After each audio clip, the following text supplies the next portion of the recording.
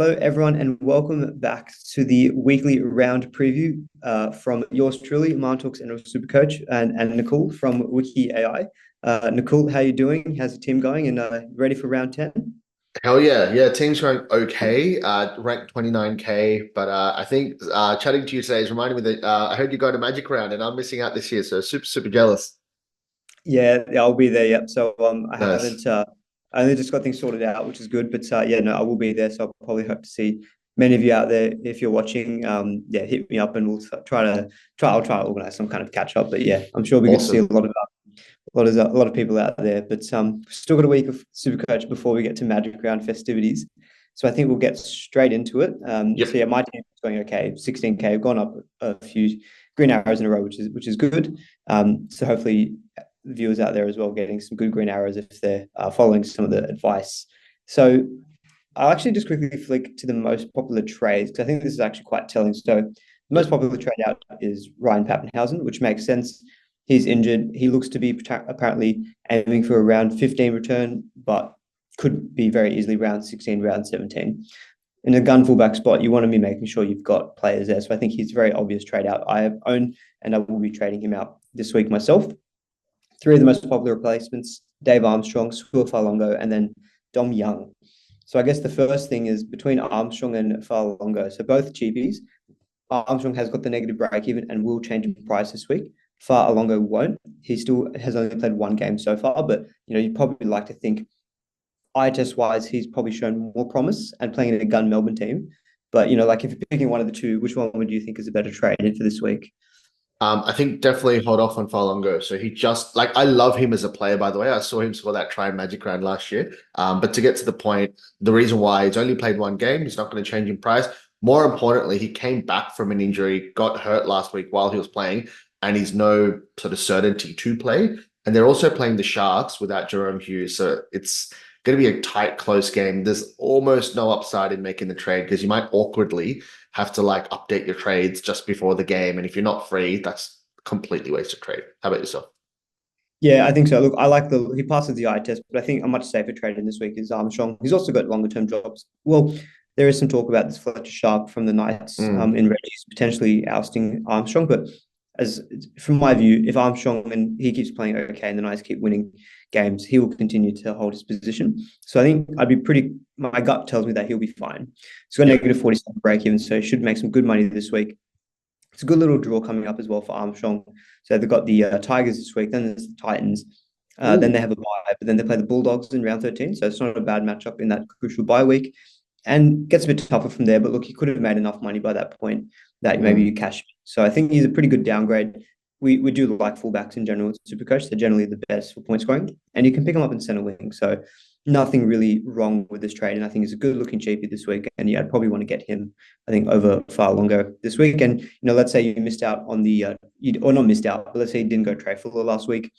That trade of Pappy down to him frees up a lot of cash. You can Yep. get in the likes of Sako, Garrick, a lot of these really big gun center wings that people are targeting this week.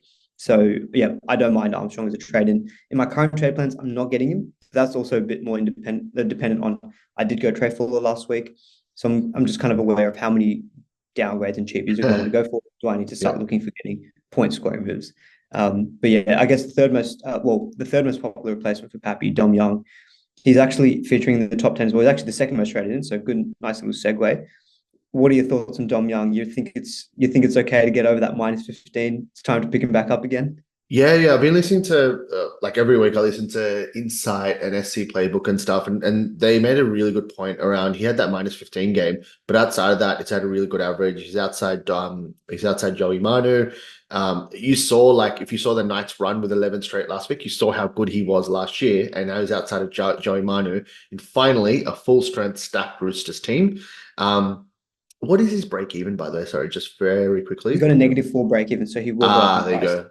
Yeah. Sure. Okay, cool. I think the only thing I'll say, so like, yeah, playing in a great team, he's a really impressive player.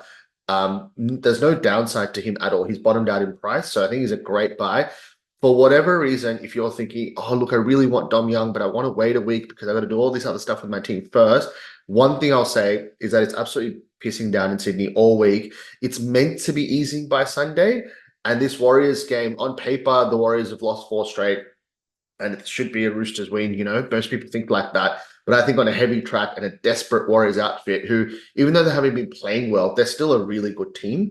I think would actually be a relatively tight game. So it's not the worst thing to wait on him a week if you have other things to do, but definitely wouldn't talk anyone out of trading him. Yeah, I think this week the trade-in is definitely the value. 550K for a guy who, outside of that -15, I believe is averaging around 80 for the season. Yep. Playing in a gun, Roosters are flying high at the moment, looking really good. The next 2 weeks, your Warriors and Sharks don't scream must buy, but it's the -4 break, and the long-term run for the Roosters is really good. They play round 13 against the Cowboys, who we know can't defend. Round 12 against Canberra, then it's Parramatta, Bulldogs, and West Tigers. He does miss round 14, which can be a bit of a tricky week. So maybe just be wary of the teams in that week, which is the Dolphins, Roosters, and I believe the Raiders. So if you've loaded up on these players or players from these teams, you might find round 14 is a bit of a trickier week to navigate. But if you can manage to withstand that, I don't mind Dom Young as a trade-in. My big dilemma for myself this week is I've got Roger Tuivasa-Sheck, almost the exact same price, going fine at 53 or 58 average. But at the same price, you can get a Dom Young who, outside of that negative game, is far and away outscoring him and looks more likely to as well. Yeah. People probably thinking if that's a sideways move. I personally don't think it's sideways, just based on what we've seen from the Roosters and from Dom Young. But I can see the hesitancy because it's, like gaining money. Well, you are gaining money. He's going to get a negative break in. He'll go up in price. So that's my personal view on that RTS to Dom Young move, because I know a lot of people are looking at doing that particular trade. Yeah, I can't fault Dom Young, especially if you don't have Manu as well. Manu's 814K. If you want to get a piece of that Roosters backline, but save yourself a lot of money, Dom Young's probably the best way to go about it. I guess the next number 4 and 5, 2 gun center wings, both with negative break-evens, both goal kicking, Garrick and Isako. So Garrick obviously 104 points last week, I think. Isako 151, which I'm still filthy about because I went Karaz over him last week and I cost myself about 100 points. I could have been sitting here with Isako and I would have been laughing. But anyway, It is what it is. You don't always get the calls right, Supercoach. Yeah. Garrick and Isako, what are your thoughts on these two? And if you can only get one of the two, what do you reckon?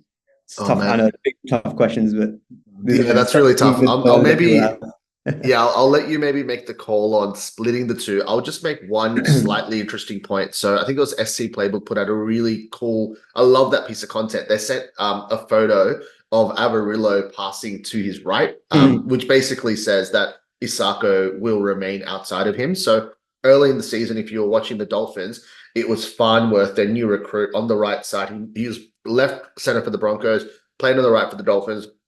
Isako literally did nothing for the first few weeks or whatever it was. Last 2 weeks, I think Avarillo's been inside him, and he's been back to the Isako that we remembered last year. He definitely was inside him last week because I remember bloody watching him score all the tries, and I did not have him in my team. There's a reason I'm ranked 29,000. Not thinking Isako was one of them. But I'm actually going to stick to my guns on this one. I'm not saying it's the thing to do, but again, if you're sort of not sold on bringing Isako in this week, the one reason I'd say it's okay to make other moves first if you need to is there is a chance that Farnworth moved back to the right. So Tessie New is out. Was it concussion or injury? Do you remember why Tessie New's out? Maybe a knee injury, I think is what I've read. Yeah, I forgot what it was. But anyways, if that's short term, if it's only a week, which I think it is short term, but anyways, long story short, Tessie New's been the left center. Farnworth, I believe, will be filling in for him this week. If it's only a 1 or 2 week injury, there's always a chance that New goes back onto the left side. He's been playing really well. He scored 2 or 3 tries in the last couple of weeks there. Farnworth goes back to the right, which I assume they trained there all preseason, right? If Farnworth becomes a right center again in a week or two, with Isako outside of him, I see the same thing happening again that we saw early in the season, which is Isako not getting any ball. So I missed out on last week's score, and that sucks. He's gone up, Jesus Christ, 100K.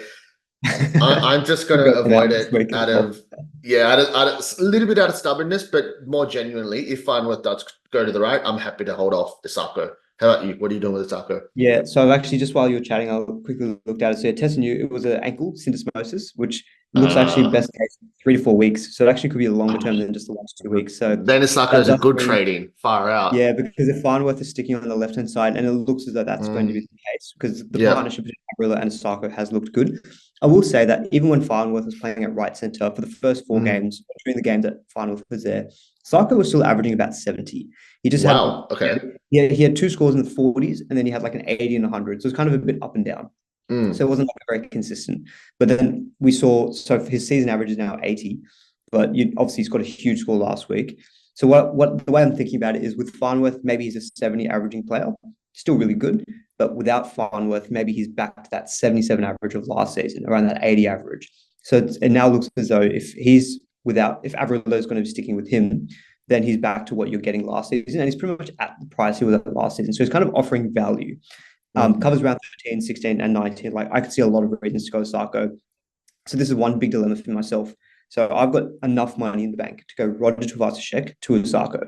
I hands down that is an upgrade. That is very clear as an upgrade. But I'm using all of the money that I used when I sold Turbo Very to fuller. Fuller.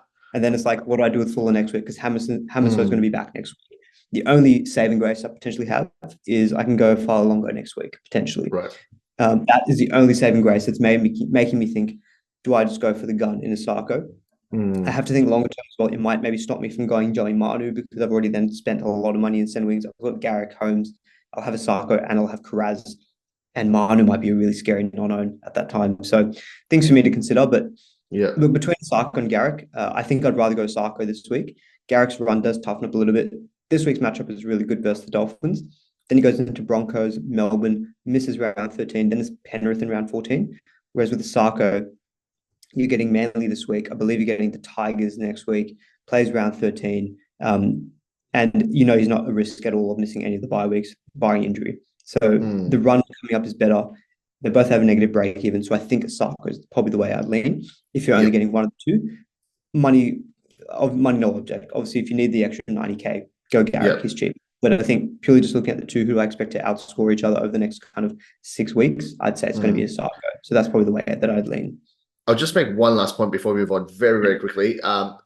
Completely ignore what I said 2 minutes ago. I didn't realize that Sesame was a long-term injury. One thing I'll say very quickly, Isako is playing in one of the only relatively dry games of the weekend. So now you're making me, like, I'm almost definitely going to be trading him in now, far out.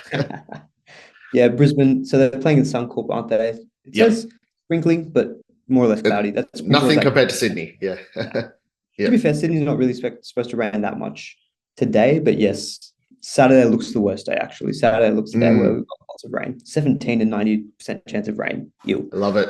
I love it. It's good for me Anyway. for try scores. Number 6, Scott Drinkwater. Look, I was very bullish on him on my Tuesday stream. I think if you're selling Ryan Papenhuyzen, I know Reece Walsh is going to pick up the goal kicking, but he'll go into Origin. I still don't think Drinkwater's going to feature. I think the fullback will still be Teddy, and I think they may go with two hookers after what happened to New South Wales last year. I just have a feeling that Drinkwater's not going to be making it into that New South Wales team. Even if he's 19th man, he'll still be available to play for club. Does have a high break in this week, 93, but look, versus the Titans, and look at the last 3 scores he's got against each of his next 3 opponents. 144, 140, 173. The next 3 games is really, really good for Scott Drinkwater.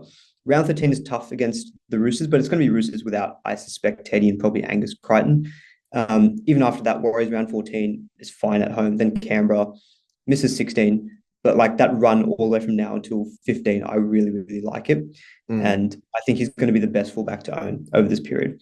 So I'm going straight from Pappy to Drinkwater. You can see on the left of the screen, I've got the captaincy on him. I'm not really even, I generally overthink. This is the one maybe what I've had all season where I'm just like, bang, Pappy to Drinky, captaining him. Very I'm nice. not even thinking about it anymore. So even if it doesn't go my way, at least I had conviction about it. So I can't be like, oh, second guessing myself. But for me, he is the best replacement for Pappy. Probably, in my opinion, the best fullback to be owning over the next 6 weeks. Totally fair. I wouldn't disagree with any of that. And I love your point around conviction, because I'll just say one thing very quickly about the weather. So I've been looking into this a lot because Wiki tries to go tips all about middle forwards for me, and I'm looking for rain. Like every time it rains, I'm happy, right? So I looked at the 8 games. The Melbourne game, there's literally 0 rain in Melbourne, but that's Storm v Sharks. Storm missing a couple of key players. You know it's going to be a grindy affair between 2 quality teams. So I don't see Hynes having that ceiling. Tonight's game, the Dolphins Manly game and the Gold Coast Cowboys game, they're the 2 other games where it's like maybe sprinkling light rain, maybe. But, the Queensland grounds, flat track, high scoring affairs generally, so it shouldn't matter. The other 5 games, there's 4 in Sydney and 1 in Tamworth, which is the Tigers Newcastle game. It's either raining all week and or pissing down while it's going to be played. So generally, if you're watching this, just be wary of that. So what you've done with Drinkwater makes complete sense. Very little, if any, rain, flat track versus the tight end, Strinky. Coming off 4 losses as well, I think the Cowboys. I think that's Few a losses, great, yeah. great shout in Drinkwater. Yep. The thing with Cowboys is that they lose, but they still score points, which from a Exactly. Super Bowl Yep. point of view is really what you're caring about, right? And Drinkwater Yep. scored 96 last week, and yeah, I'm looking at him thinking I very can easily see 100 plus points in this one. Angus Crichton, I mean, yeah, sucks for people who haven't bought him yet when you see that he's made 118k last week and he's made 303k on his starting price, but he's got a big negative break even, negative 52. I am of the view that, look, he's playing so good. I'd be, especially with Cam Murray getting injured now as well, I just think he's going to be a shout for the New South Wales team. So he's likely going to be missing round 13. And the Roosters have the bye round 14. And then you miss round 16 if he's in the Origin. So after round 13, there is a good case that you sell him, but I would still be buying him now because he's going to be making so much money. Who's to say that he can't get another 80 or 90 against the Warriors this week, who haven't been the best? He could easily go 80, and his floor is around 55, 60. Let's even just that. So by round 13, you could be getting he could be 900k, and so you could actually look at it as like he could be a season keeper, but you can cash him in at round 13. You say he's going to be missing 3 of the next 4 weeks. We're in the Origin buy period. Let me sell him and try to get him back later. You can go him to like maybe, I don't know, I can't even think, but like an Eli Katoa. If you don't have Eli Katoa, you can make 300k maybe going Crichton to Eli Katoa, which is insane when you think about it. So yeah, for me, he's playing so good. I think don't worry about the points that you've missed out on in the last 2 weeks. He can very easily go 80 again next week, this week and next, and he's going to be so high in price, and you'll be filthy that you never got on him. So this is one where I'd say swallow your pride. If you haven't got him, absolutely get him in. And I'd almost maybe want to get him above Fafita just because of the negative break even. I think that's fair. He's, in my view, second or forward number 2 at the moment. Fafita number 1, he's number 2, but play the break evens, he's cheaper as well. Yeah, I think I don't know if I can make an argument to not go with Gus. Yeah, and also, so no counterpoints to that, but I will say David Fafita is like 98% or whatever going to be playing Origin, whereas with Angus Crichton, if I obviously am not a Roosters fan, I don't care about Gus aside from him being a good player or whatever. I definitely think, yes, of course, he's had 3 great weeks or 4 or 5 really good weeks. There is a very good chance there is a good chance he plays Origin, but I also don't think he's a shoe-in. I think there's like 3 or 4, like there's Homole, Hudson Young, Angus Crichton, Frizzell, and a couple of other. Liam Martin, of course, like that's number 1. Yeah. So you got like 4 or 5 options, and he's definitely right smack bang in the middle of them. But at least you have a chance he doesn't play Origin, whereas David Fafita is like almost definitely playing, which is another reason to buy Crichton. So yeah, that's the thing. That's a really good point. Well, what if you got to round 13, he's 900,000 and he's playing, and you're like, oh my God, I need this guy and have to pay 900k now. So that's the situation also you don't want to be in. So again, another reason to probably go Angus. Brimson number 8 is a really interesting proposition. I like he looks so good at fullback. Cowboys, I think, is a really good matchup as well. Just looking at him now, 682k. Ruben Garrick is only 7k more, and I look at Garrick, he's the goal kicker. I know his draw is tougher, and I kind of made arguments to not go him over, say, an Asako. I still rank Garrick over Brimson, in my opinion, just because I think he's just a more proven option with the goal kicking. His floor is around 50 to 55. While Brimson has looked really good and had a lot of attacking stats, he does need attacking stats to get these decent scores. Whereas with Garrick, like, he can score no tries and still end up with 65, 70. I think Brimson, if he didn't score any attacking stats, he's more likely to get you a 30. I think the way that he's playing, he's not going to just get no attacking stats. I think he will get some, especially this week versus the Cowboys. So I look at him as maybe, you could even get him at fullback if you're replacing Pappy, but I think he's definitely more of a pod. So I think if that's where you're inclined, maybe you're more rank chasing. He's also not a certainty to play State of Origin. He doesn't play round 13. He shouldn't be. But yeah, like he's maybe in the mix, but I don't see where I'd be fitting him in apart from maybe utility for Queensland. But yeah, probably a good certainty that you have him through the bye period. So he maybe is good for that point of view, but just the price, I'm looking at it thinking, I think Garrick is the one I'd be wanting to lean. So I don't think I'd personally be going Brimson. That's fair. Two more Roosters, Teddy and Connor Watson. So maybe I'll just quickly touch on Connor Watson. So he's had a really good couple of last weeks, but look, he's back on the bench. He's got a negative break even. Radley's back in the middle. I just can't see this being a longer term solution. So I think if you're looking to bring him in, it's probably just because you want to maybe get some quick cash and then maybe cash him in at that point, maybe in a second or forward. But I think you're probably in a luxury position to be able to do that. Maybe you save some trades. Otherwise, I don't think he's probably someone who I'd be looking to go myself. Any thoughts on Connor Watson? I panicked. Sorry, I wouldn't say panic. After he got ruled out, I needed someone, so I actually traded him in, which is fluke of a result. 100K, mate, you'll take that. 100K. Yeah, he got 120. That's worth a trade. Absolutely. Yeah, so last week, I'll admit, I got lucky. I'm happy with that, whatever. No way you trade him in this week. We just talked about so many options to go make cash. We also talked about, the Roosters are playing their full strength team for the first time in like 2 seasons or something ridiculous. That pack is stacked. And if Brandon Smith is out, maybe he gets one more week of decent minutes, but there's no way he's playing 40 plus minutes long term. So I think, I'm keen to talk about the captaincy stuff. I don't think there's any point talking about Watson for too long. Fair enough. Yeah. And just on quickly on Teddy again, I think all this talk about Teddy not being in Origin, I can't see it happening. Whether I've got a different opinion, or maybe I think Edwards should be given a chance, but it's not about what we think. It's about who do we think is going to get picked. I think Teddy's going to be picked for Origin. I don't see that not happening. And so then he's going to miss round 13, 14, 16, misses 19. I think there's going to be too many games during Origin that he'll miss. And I don't think the draw between is good enough that I think he's worth going for. I get the price is cheap. I'd honestly pay 40K more, go get Reece Walsh, who's goal kicking, who Reece Walsh's next 3, got Parramatta this week, who can't defend sometimes. I believe he's got Titans in round 12, and I think he's got another decent match. He's got Manly in round 11 at Magic Ground. At Magic Ground, you can just see Reece Walsh being the star. Go nuts. Yeah. So I think Reece Walsh over Teddy for me, because the thing with the Broncos, they already missed 13 and I think 16 as a team buy. So from an Origin point of view, it's not as bad for their players. Compared to, say, a Teddy, who's going to be missing round 13 when his team plays, and then already again misses round 14. So I think Teddy, for me personally, I'm not over enthused about as a trade. And maybe if you've got a gut feeling, fine. But my feeling is telling me Drinkwater and Reece Walsh, I'd be wanting to get over him. I think just very quickly with Walsh, I won't go on about it, but he has no Adam Reynolds for the next couple of months or whatever. So you just know he's going to get more touches. Pretty straightforward. Yeah. Yeah, I think I know there's a talk that, Brisbane as a team might not be as good, but I still think there's enough quality in that team. Yep, 100%. They've still got their forwards, Pat Carrigan, Payne Haas. They can still get off the field.